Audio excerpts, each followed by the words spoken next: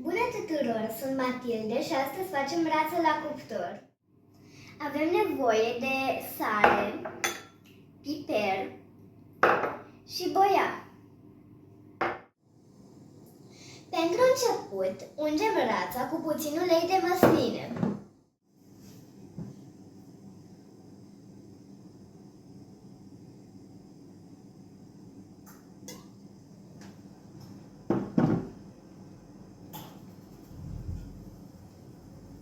Acum condimentăm.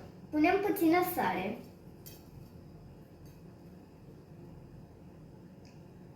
boia,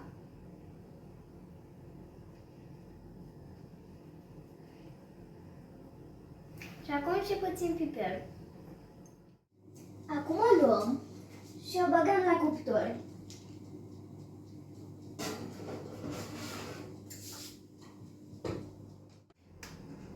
Pentru ornament vom folosi portocale și salată.